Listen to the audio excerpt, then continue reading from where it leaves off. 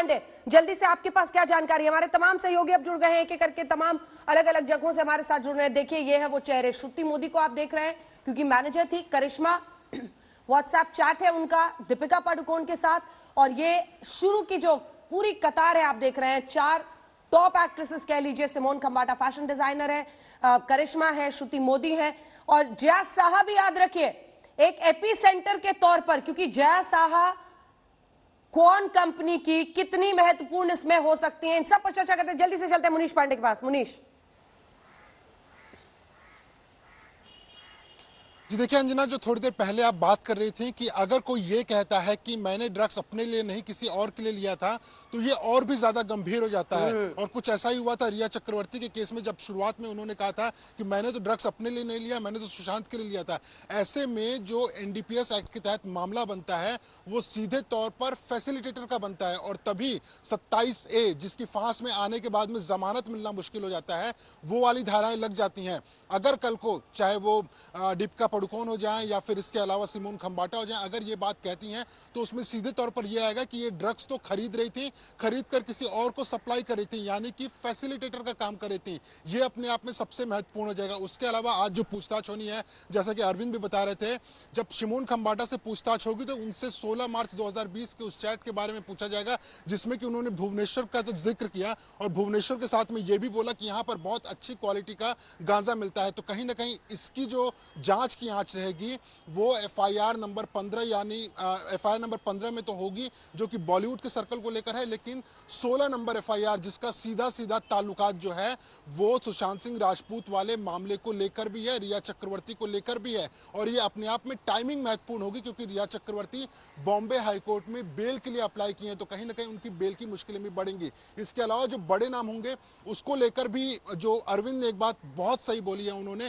कि अब तो जांच एक तरीके से शुरू हुई है अंजना, अभी जांच की सिर्फ शुरुआत है, क्योंकि अभी कुछ नाम है लेकिन ये नामों की फहरिस्त इतनी लंबी होने वाली है क्योंकि जैसे जैसे पूछताछ होगी, चाहे वो कौन के एम्प्लॉयज हो जाए, क्योंकि कौन के एम्प्लॉयज, मुझे जो जानकारी मिल रही है पूछताछ के दौरान कई उन्होंने ऐसे नाम लिए हुए हैं जिसके जरिए बॉलीवुड के बड़े बड़े सितारों तक एनसीबी के हाथ पहुंचेंगे, उनके गले की फांस बनेंगे। और ऐसे में ये देखना होगा कि आज जब पूछताछ होगी सिमोन खंबाटा और इसके अलावा राकुलप्रीत सिंह से, श्रुति मोदी से, तो आखिरकार कौन से और भी बड़े चेहरे सामने आएंगे और इन पर क्या धाराएं लगती हैं, या क्या वो कंजम्पशन के लिए सिर्फ इनसे पूछताछ होगी या फिर फैसिलिटेटर के तौर पर भी पूछताछ होगी। बिल्कुल, राकुलप्रीत और सिमोन से बातचीत होगी, लेकिन इससे पहले जो ग्राफिक्स हम दिखा रहे थे एक बार फिर से दिखाइए। बॉलीवुड 2 खेमों में बट गया है। पंकज उपाध्याय दीपिका के घर से हमारे साथ मौजूद हैं। एक्शन हो कहने वाले कंगना रनौत, रवीना टंडन, रवि किशन ने देश की संसद में उठाया, जया प्रदा ने खुलकर कहा, मनोज तिवारी ने कहा। आप देख रहे हैं सांसद से लेकर फिल्म इंडस्ट्री से जुड़े लोग।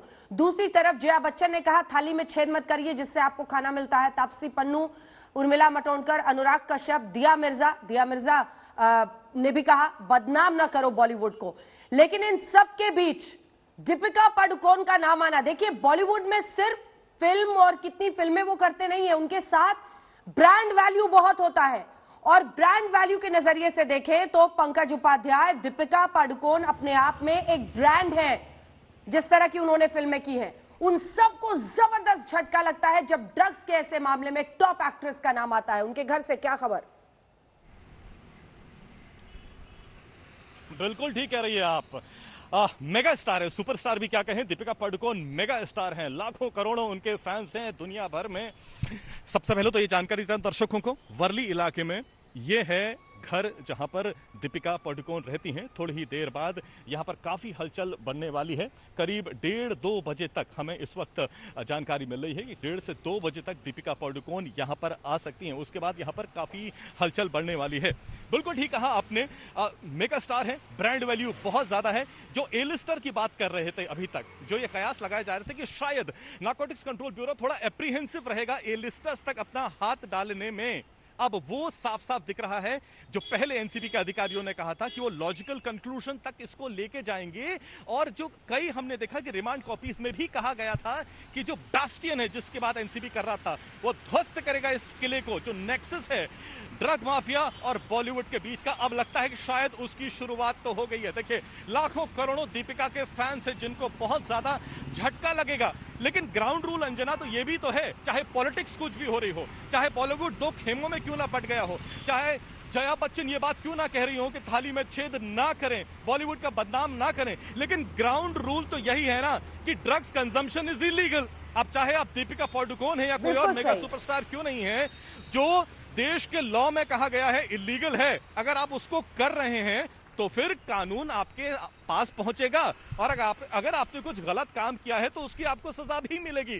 अब जहां एक तरफ थोड़ी सी पॉलिटिक्स भी होने लगी, ये कहा जा रहा है कि टारगेट किया जा रहा है, कई सोशल मीडिया पर लोग बात कर रहे हैं कि दीपिका पादुकोण ने जेएनयू में जो विजिट किया था अपनी फिल्म प्रमोशन छपाक के दौरान, उन्होंने मानो तब एक पॉलिटिकल स्टेटमेंट दे दिया था, अब सरकार उनको टारगेट कर रही है। लेकिन ग्राउंड रूल तो यही है, जो व्हाट्सएप के चैट्स इस वक्त सामने आ रहे हैं उनसे पता लग रहा है कि गलत काम तो किया है, ड्रग्स का डिस्कशन तो हुआ है, शायद कंजम्पशन भी हुआ है। इसका क्या जवाब है दीपिका के पास? अगर जवाब है तो कुछ नहीं होगा, लेकिन अगर गलत काम किया है तो सजा तो भुगतनी ही पड़ेगी। और सीधी सी बात है, अब दीपिका पादुकोण मेगा स्टार बॉलीवुड की, इतने लाखों करोड़ों उनके फैंस हैं, तो उनको कितना बड़ा धक्का लगेगा। वो तमाम फैंस जो दीपिका को आइडलाइज करते हैं, उनके हर एक मूव को, उनके डांस को, उनकी एक्टिंग को, उनकी हर हरकत को जो कॉपी करने की कोशिश करते हैं, वो तमाम लड़कियां हिंदुस्तान की जो दीपिका की सक्सेस स्टोरी को फॉलो करती हैं, उनके लिए दीपिका की इंस्पिरेशन है, उन्हें कितना बड़ा झटका लगेगा। वो तमाम पेरेंट्स जो जानते हैं